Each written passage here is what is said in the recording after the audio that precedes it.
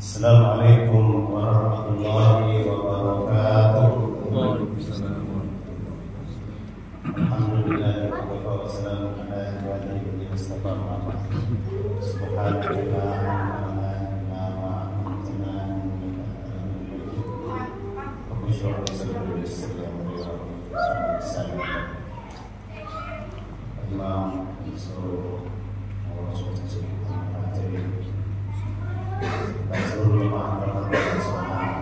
bersyukur kepada Allah memberikan kepada kita kekuatan untuk taat kepada-Nya, melaksanakan sholat menurut perintahkan dengan cara Rasulullah SAW. Ini nikmat yang besar, hadirin yang mulia. Apalagi di waktu asar ini, katakan Nabi SAW, man sholat al-lail kafaratul, siapa yang sholat di bawah dingin ini, janjiannya akan dimasukkan ke dalam surga. Dua waktu dingin ulama mengatakan waktu asar dan subuh.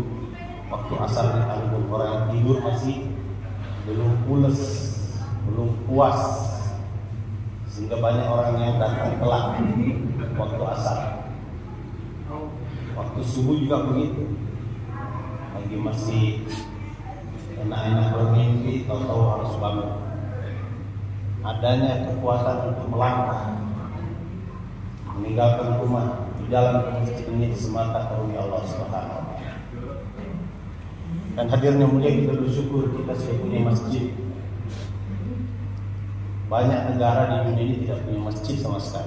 Di Korea Utara maksud kami tidak ada masjid. Di Haiti, negara Amerika Latin, satu negara hanya punya satu masjid. Di Indonesia kita punya 1 juta masjid. Nikmat yang besar. Kita syukuri. Kalau kita pandai mensyukuri, Allah janji la syakartum la azidannakum. Allah akan tambahkan lagi nikmatnya kepada kita. Saya baru balik dari Australia, di situ ada gereja dibeli oleh Agim, Yayasan Darut Tauhidnya. Kemudian dijadikan masjid. Saya juga jumpa satu masjid di Afrika Selatan. Itu bentuknya masih bentuk gereja, tapi telah dibeli oleh orang Islam dan dijadikan masjid. Nikmat yang besar. Hadirnya mulia, hadirnya masjid di negeri kita itu karena adanya orang-orang beriman. Dan orang-orang beriman ini bukan muncul dengan sendiri. Ada dahulu orang yang membawa kalimat ini menyeberangi pulau, menyeberangi negara, menyeberangi benua, sehingga sampailah Islam ini ke tanah Syria. Islam dulu adanya di Makkah, Madinah.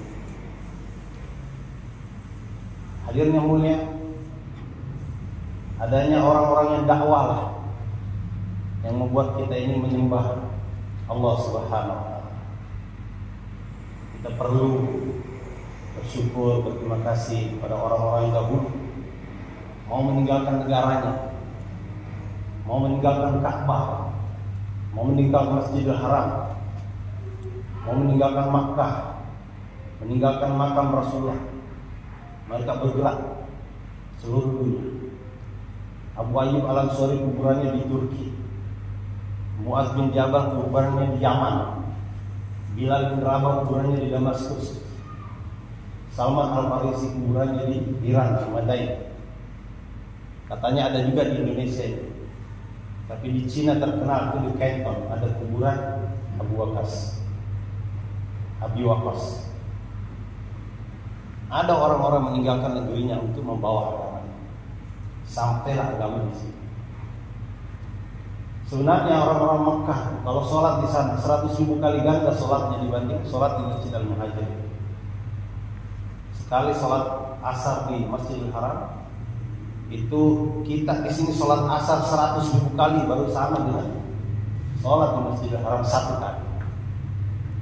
Tapi mereka tidak meninggalkannya akhirnya, karena perintah Allah yang besar. Dan kalau ingin aman-aman saja, orang mengamalkan kehidupan ini biasa-biasa saja, ya hidupnya normal-normal saja, bahkan bisa dipuji-puji.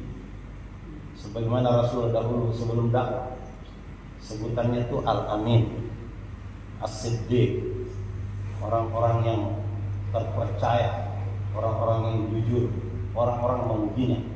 Itu sebelum dakwah, mereka sudah mengenal akhlak Rasulullah.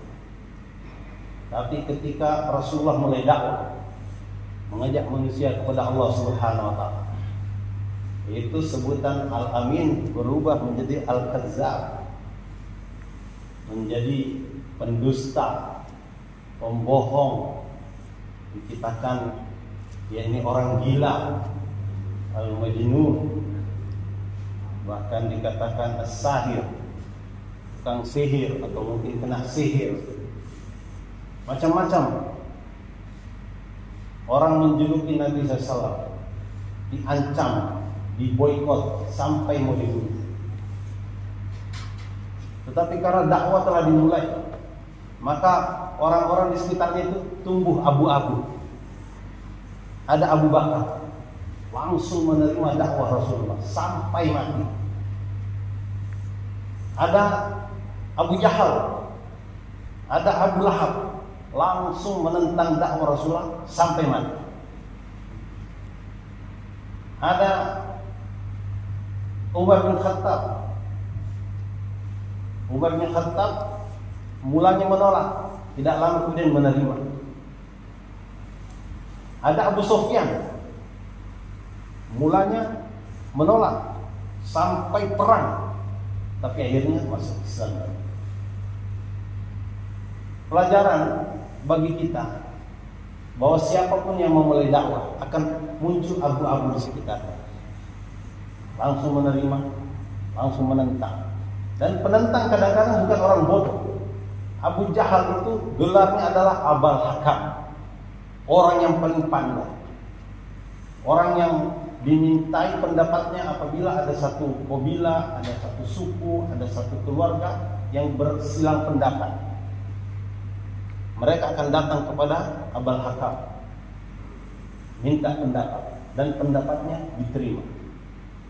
Tapi ketika diajak Rasulullah untuk taat kepada Allah, dia menentang. Rasulullah menyebut dia Abu Jahal.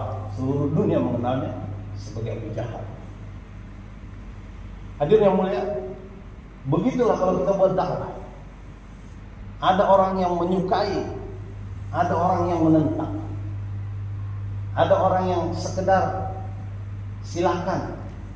Karena itu contohnya ada semua di zaman Rasulullah dan sahabat radhiyallahu anhu.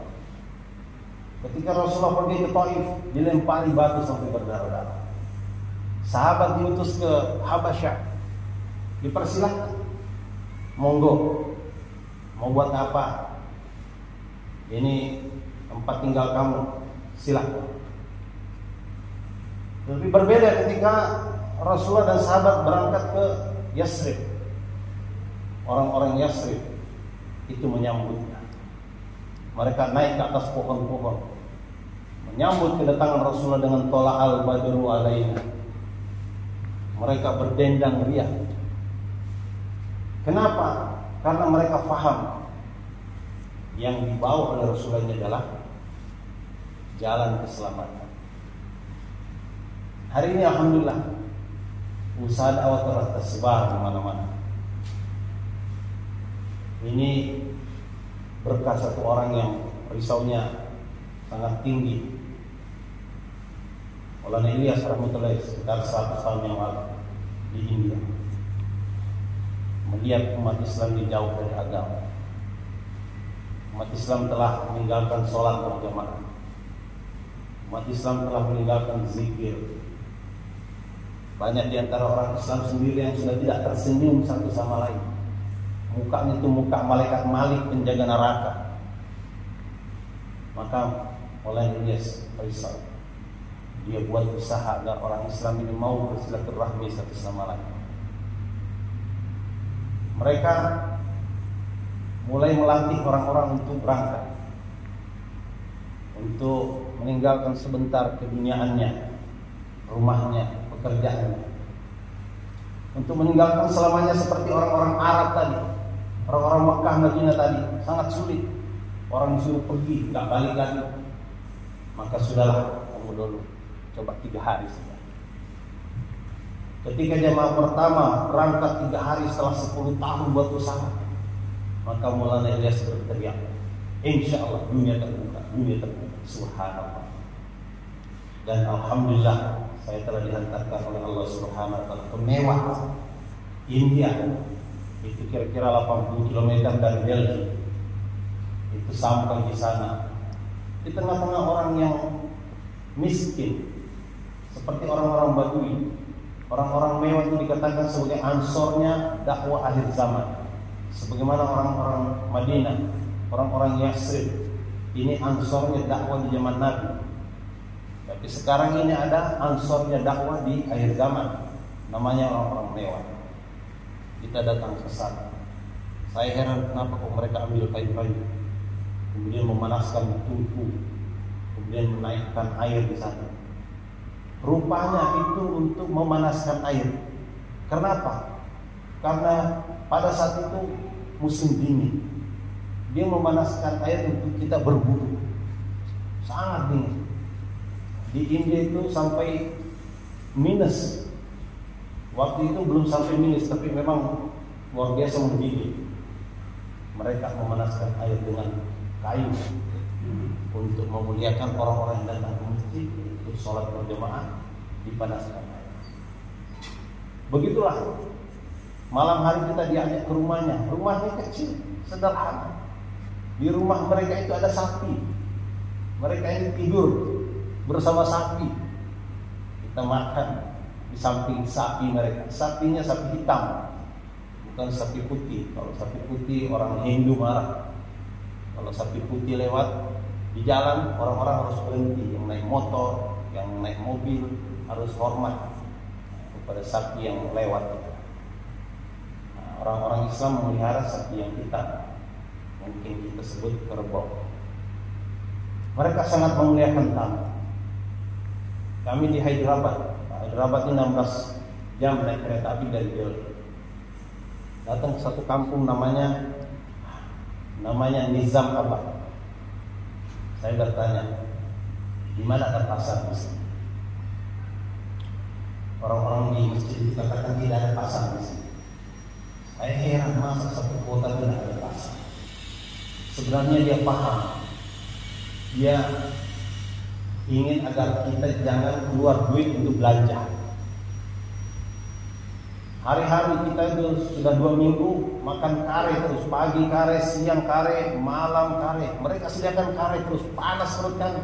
Kami mau makan nasi sayur macam di Bogor nih, sayur apa BKM, sayur lodeh, sayur asem.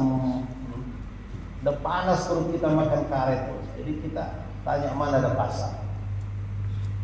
Maka dia bilang tidak ada pasar. Tapi dia punya kelemahan.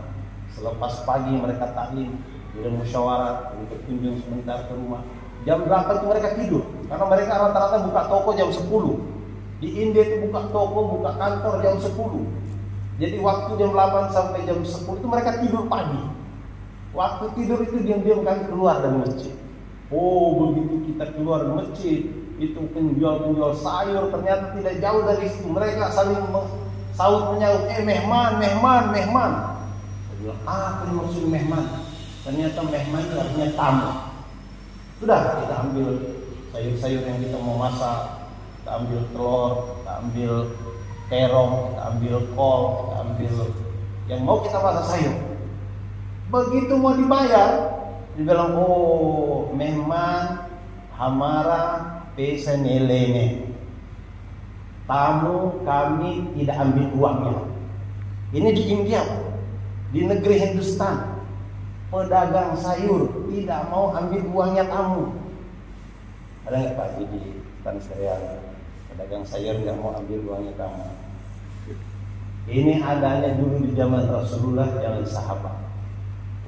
Pintu gerbang kota Madinah itu digantungin kurma setinggi unta. Kalau ada orang masuk gerbang Madinah ada kurma di situ digantung sehingga orang naik unta mudah mengambil. Ada yang lebih rendah sedikit untuk orang naik kuda. Ada yang terlebih bawah berjalan kaki. Masuk kota Madinah saja sudah tersedia makanan, baru di pintu gerbang. Di Madinah kalau orang lapar, mereka bukan pergi ke restoran, mereka pergi ke masjid. Kita dengar kisah Abu Bakar datang ke masjid, menyusul Sayyidina Umar. Dia lihat Abu Bakar ada, "Wahai Abu Bakar, ngapain kamu di sini?" "Aku lapar, Mak, cari makan di sini." "Oh, kamu sendiri ngapain di sini?" "Aku juga lapar." Dulu sahabat kalau lapar mereka ke masjid. Kalau orang tanah Syariah kemana kalau lapar?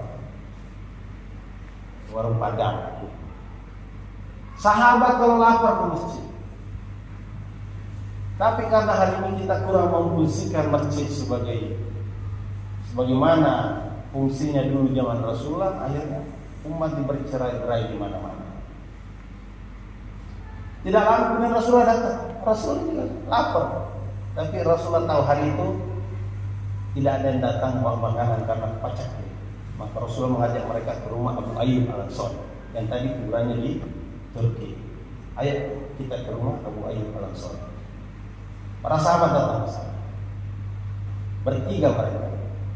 Sampai di rumah Abu Ayyub Al-Ansari tidak ada. Ada istrinya saja. Kata istrinya, "Tunggu Rasulullah, saya panggil suami saya di belakang, lagi di kebun." Kayak di Bogor ini banyak kebun di belakang rumah. Ya, kebun saya Pak. Jadi dia panggil suaminya. "Oh, suamiku, ada Rasulullah di rumah, ada Abu Bakar, ada Umar." Maka langsung suaminya manjat pohon. Pohon apa dipanjat? Pohon kurma. Jadi sunnahnya itu kalau ada tamu datang ke rumah kita, manjat pohon. Jadi Pak Zulham harus manjat pohon. Kamu datang ke rumah. Kalau nggak ada pohon kurma, pohon belimbing boleh, pohon kelapa boleh, pohon mangga boleh. Sahabatnya manjat pohon. Dia ambil kurma bukan yang matang saja, satu tandan dia turunkan. Dibawa kepada Rasulullah. "Ya Rasulullah, silakan." Rasulullah melihat ada yang mentah, mengkal, matang. Kata Rasulullah, "Bagaimana kamu berikan seperti ini?" Dia bilang, "Aku ingin kau pilih yang mana yang paling kau suka." Begitu sahabat. Pas itu minta izin lagi Rasulullah, "Aku mau pulang." Kemana dia? Ke kandang kambing. Di sunnah sahabat yang kedua kalau ada tamu, selain manjat pohon pergi ke kandang kambing. Ngapain di kandang kambing? Bukan kasih makan, sembelih kambingnya, dipotong kambingnya untuk tamu. Begitulah kehidupan sahabat radhiyallahu anhu. Hari ini kita kurang membaca kehidupan sahabat sehingga hari ini kita hadirnya mulia. Kadang-kadang kalau ada orang-orang baru di kampung kita, lebih besar curiganya kita daripada rasa sebagai saudara. Padahal bertemunya di masjid. Kalau di luar negeri, kita mau cari orang Islam di Australia, Pak. Kita itu pergi ke mall, kita pergi ke supermarket, baru bisa ketemu orang. Semua orang ini kerja di kantor, di pabrik, tapi kita rindu jumpa orang Islam, kita ke mall. Lihat wajahnya, dilihat di penampilannya. Kalau dia senyum, ini orang Islam. Hadirnya mulia, yang kita ini mau belajar sebagaimana dahulu agama yang dibawa sahabat radhiyallahu anhu. Karena mereka diperintah. Dalam Al-Quran ada surat At-Tahrim, surat 66 ayat 4. Ya ayyuhalladzina amanu qu anfusakum wa ahlikum nar. Jaga dirimu dan keluargamu dari api neraka. Pertama itu disuruh menjaga diri, kemudian yang kedua suruh jaga keluarga. Tapi tidak berhenti di situ perintah Allah. Dalam surat Asy-Syu'ara surat 26 ayat 214 kita ada perintah wa anzir ashiratal aqrabin. Berilah peringatan, dakwahilah ahli keluarga, tetangga-tetangga. Tidak sampai di situ, ada lagi perintah Allah berikutnya dalam surat Al-An'am. Kalau perintahkan walitunzira ummal qura wa man haulaha, berilah peringatan kepada ahli kampung, kepada ahli kota dan tetangga-tetangga kota. Maksudnya tetangga-tetangga negara kita ini, termasuk Australia, Timor Leste, Singapura, Brunei, Malaysia, ini tetangga-tetangga kita, Papua Nugini yang terdekat. Dan puncak dari perintah itu adalah kuntum khaira ummatin ukhrijat linnas. Kalian umat yang terbaik. Ukhrijat linnas, jumpai manusia seluruh dunia. Dalam surat Ali Imran 110. Jadi perintah Allah bukan satu, bertingkat-tingkat. Dan kemampuan untuk menjalankan perintah Allah Ta'ala ini harus dilatih. Dan inilah membuat kami bersama istri latihan ke sini. Sebentar aja Pak, buat hanya 3 hari saja. Sebenarnya malu banget kalau ketemu sahabat nanti. Berapa lama kamu untuk mengusahakan iman? 3 hari. Sahabatnya kami meninggalkan negeri kami, meninggalkan anak istri kami, pergi meninggalkan jauh antar negara, antar benua. Kami 3 hari saja. Ya lumayan lah daripada tidak sama sekali. Namanya juga latihan. Mudah-mudahan Allah beri kekuatan untuk sempurnakan.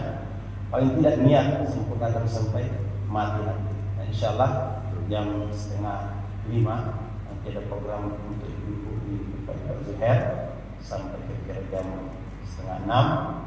Di masjid juga saya dengar ada taklim hari ini, kita ikut. Kemudian habis isya juga ada program bangun malam tahajud, kemudian subuh besok kami masih di sini insyaallah. Dan Bapak sekalian yang ada waktunya boleh sama-sama ikut bersama kami dalam program supaya paham apa yang dilakukan Pak Haji dan Pak Haji warga ini, meninggalkan anak istrinya, kampung halamannya, ngapain sih mereka ini. Mungkin itu saya dapat disampaikan. Dengan duduk bersama-sama insyaallah akan terbuka apa yang ada di balik orang bergerak di seluruh dunia insyaallah. Jazakumullah khair wa maaf subhanallah bihamdi subhanallah. Assalamualaikum warahmatullahi wabarakatuh. Waalaikumsalam.